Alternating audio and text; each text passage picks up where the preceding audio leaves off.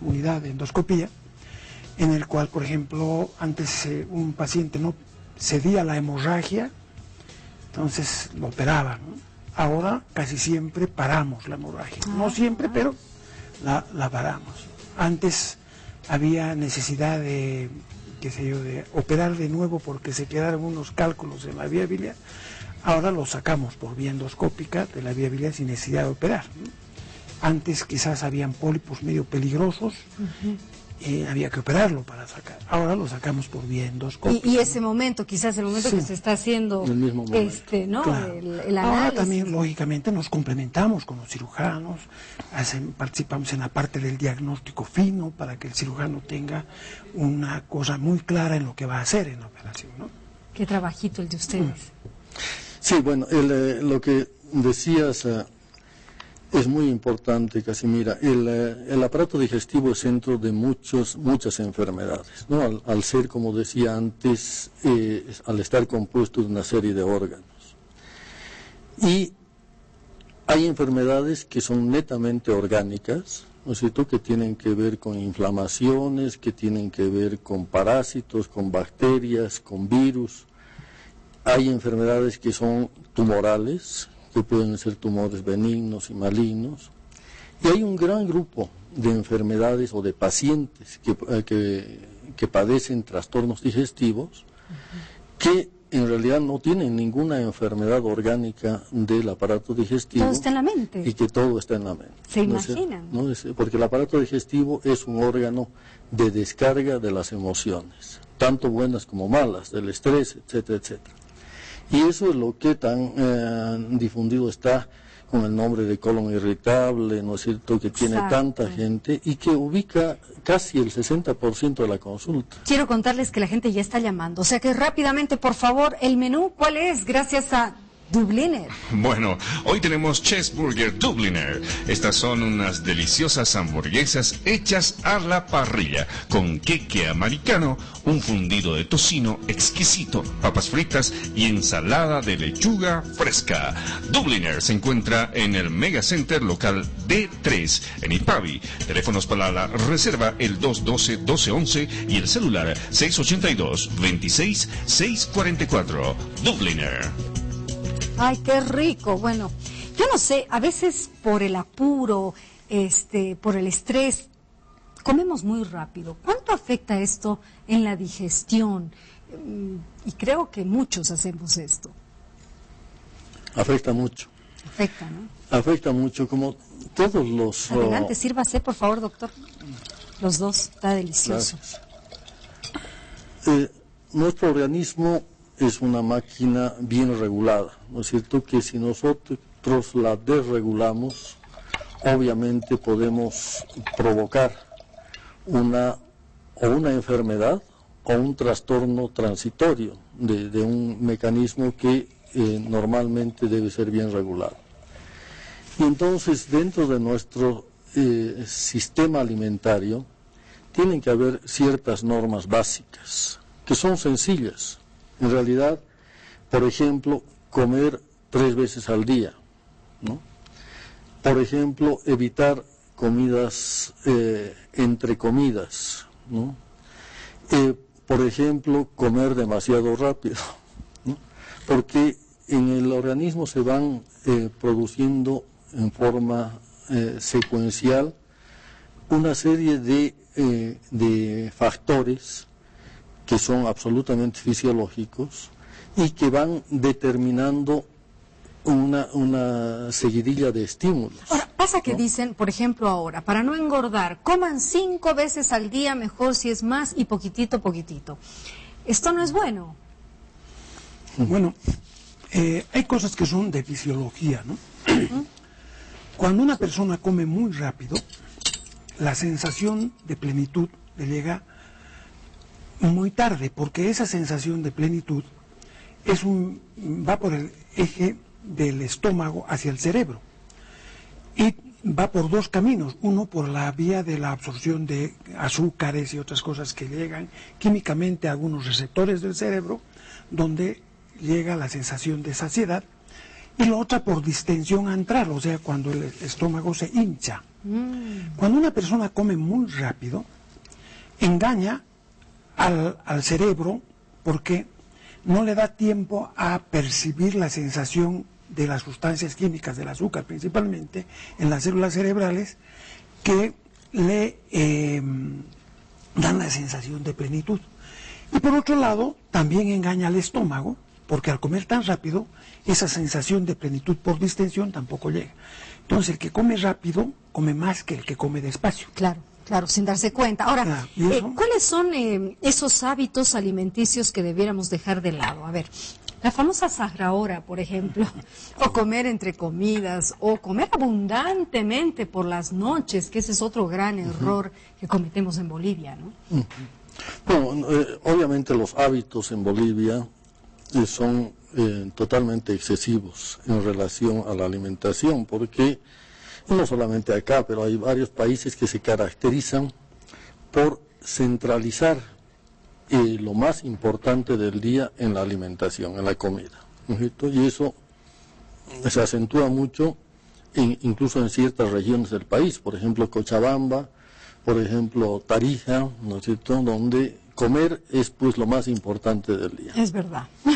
Y entonces todo tiene que ver no solamente con la calidad de la comida, sino con la cantidad de la comida y con ciertos hábitos que a uno lo lleven a un punto de equilibrio.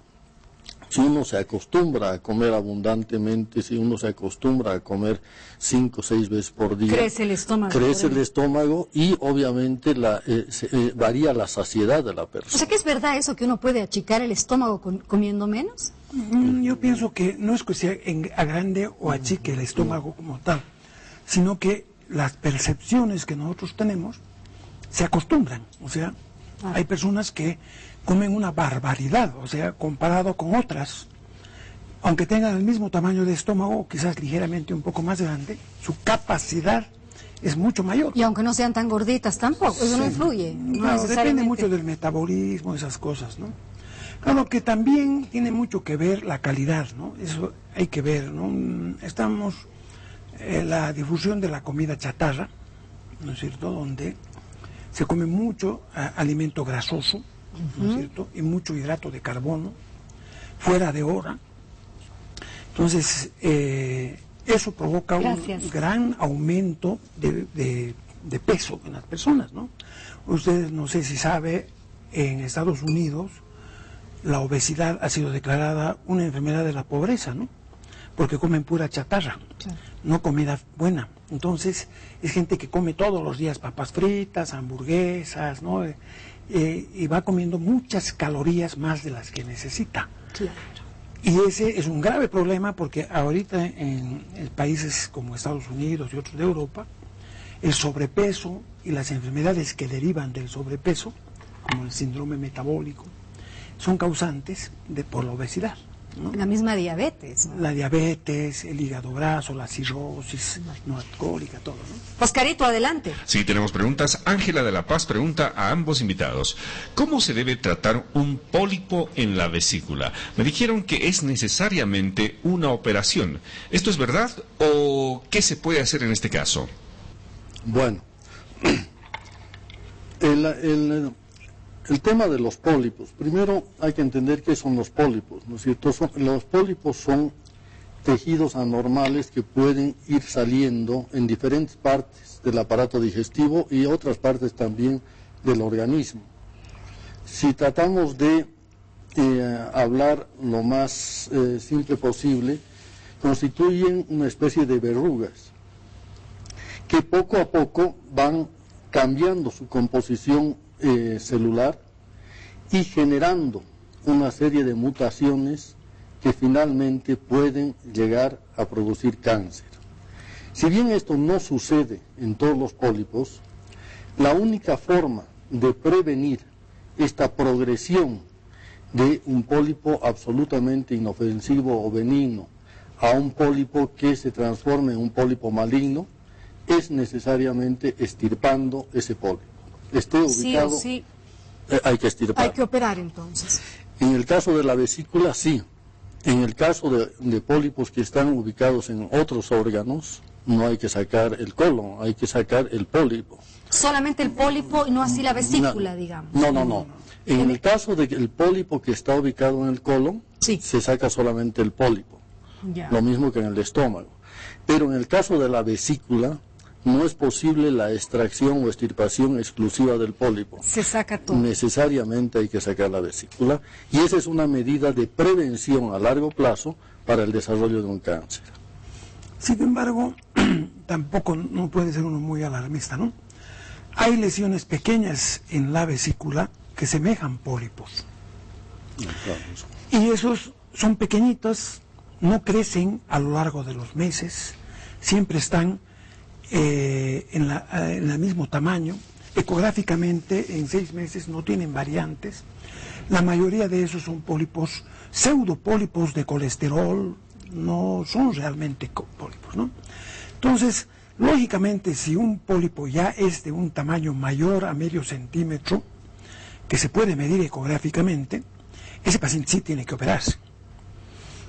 Pero si tiene menos de medio centímetro, es pequeñito, no varía a lo largo de unos meses de vigilancia, probablemente habrá que vigilarlo también un poco, ¿no?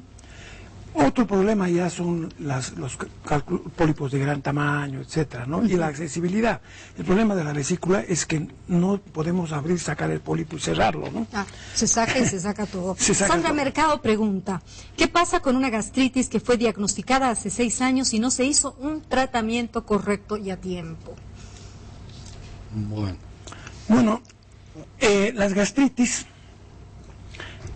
hay que entenderlas bien, ¿no?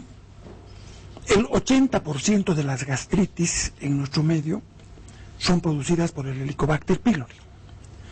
No todas las gastritis son sintomáticas. Actualmente se ha visto de que en La Paz, por ejemplo, el promedio de gente que tiene Helicobacter es el 67% de las personas.